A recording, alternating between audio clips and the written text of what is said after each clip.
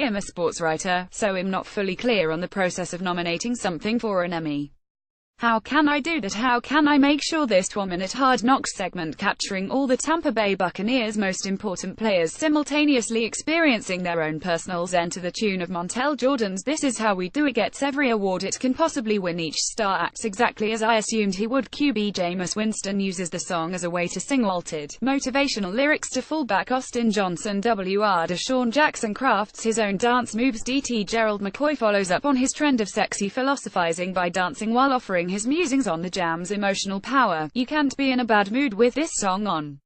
The segment runs along with the song in real time, culminating with Winston yelling "This is how we do it" before cutting to intense practice clips. Give this an Emmy, or maybe make Montel Jordan an NFL coach. The first few episodes of this season marveled at the hard work, leadership, and discipline of undrafted free agent Riley Bullough, to the point where you wondered how a player of his caliber and character went undrafted in the first place.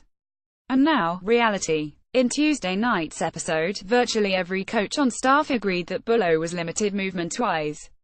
The night culminated in a preseason game in which the Cleveland Browns' third stringers repeatedly dunked on Bullough en route to a game-winning touchdown. It's always bad to get dunked on. It is a death knell to get dunked on by the Browns. In past seasons, this part of the off-season is when NFL teams had to cut down the rosters from 90 to 75 en route to the final 53-man roster. But this year, the NFL listened to teams and changed that rule, allowing teams to keep 90 players around until the very end of the preseason. That changes the journey of this TV show. None of the show's main characters have been released yet. But next week the Buccaneers will cut 37 players. This change allows NFL teams the chance to do a better job evaluating players, and also enhances the emotional journey of this show.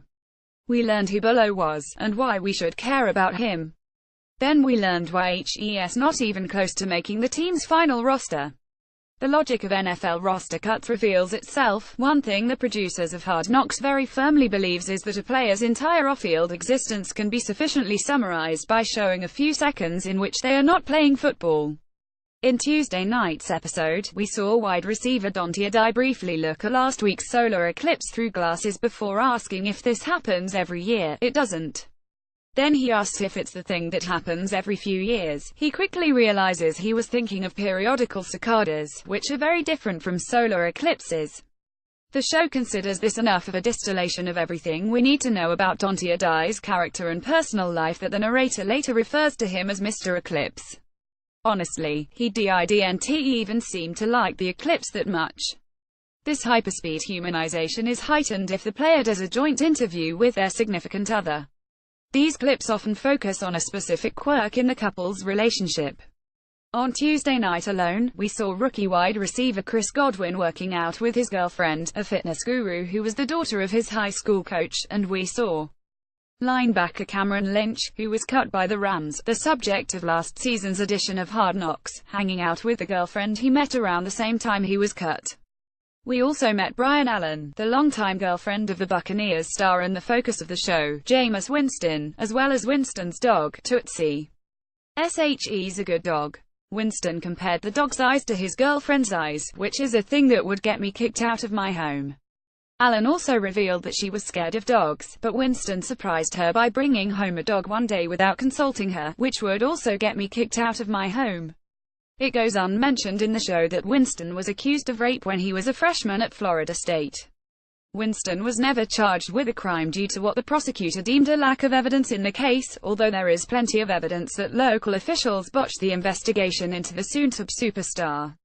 It might seem irrelevant to bring up a 5-year-old incident from Winston's personal life, and many people would prefer that the allegations go unmentioned. But I'm not the one who brought up Winston's personal life. The show does repeatedly. It wants us to know that Winston exists alongside this woman he thinks has dog-like eyes, but it doesn't want us to think about the thing I always think of when I think about Winston. After all, Winston is the face of the Buccaneers, and a talented superstar with a huge smile and a likable personality. And Hard Knocks presumably has to please the NFL if the show will continue to air. Here is a solid minute of the most effervescent praise I have ever heard of an NFL player. Once again, this Herbert show ends with discussion of another HBO show. For more GOT NFL crossover discussion affiliated with HBO, click here. Disclosure: HBO is an initial investor in The Ringer.